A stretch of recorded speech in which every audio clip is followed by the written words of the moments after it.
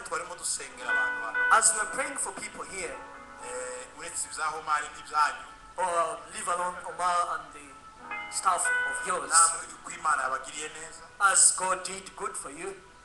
mu by'ukuri iyi gahunda yawe n'umwuka wera uko bishop yatangiye avuga ngo twebwe n'umwuka wera ndabona ari umwuka wera wayiteguye. I'm pretty sure this is a program led by the Spirit, because as the bishop said, me and the Spirit is leading us.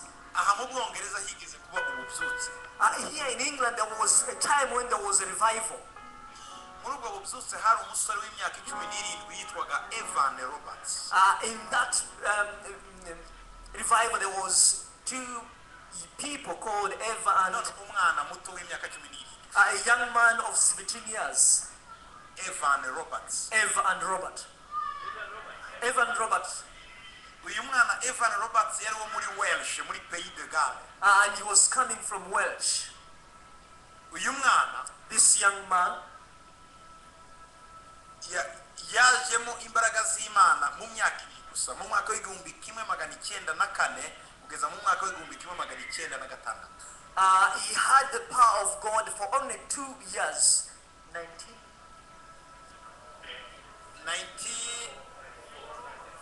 1904-1906. From 1904 until 1906. yazaga mu bitera natateguye icyo bari gukora. He used to come into the conference without preparing. abongereza bavaga hirya no hino And the English people were coming from all over the place, bamukurikiye. following him.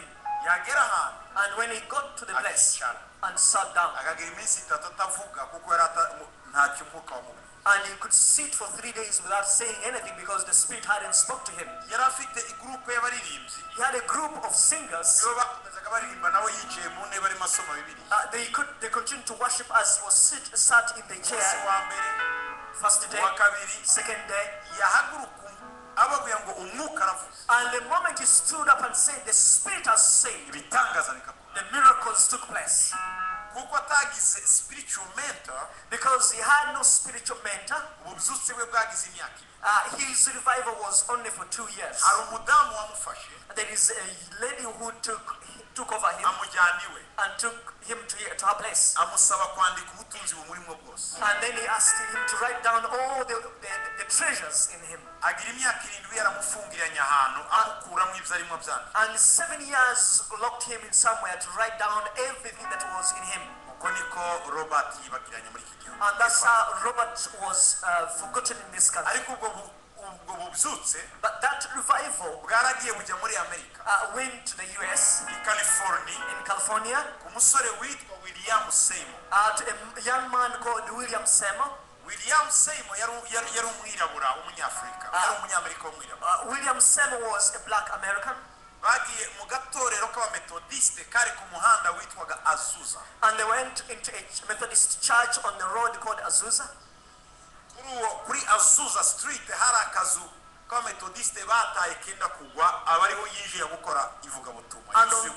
And on that street there was an old house which he entered, and then he started preaching the good gospel.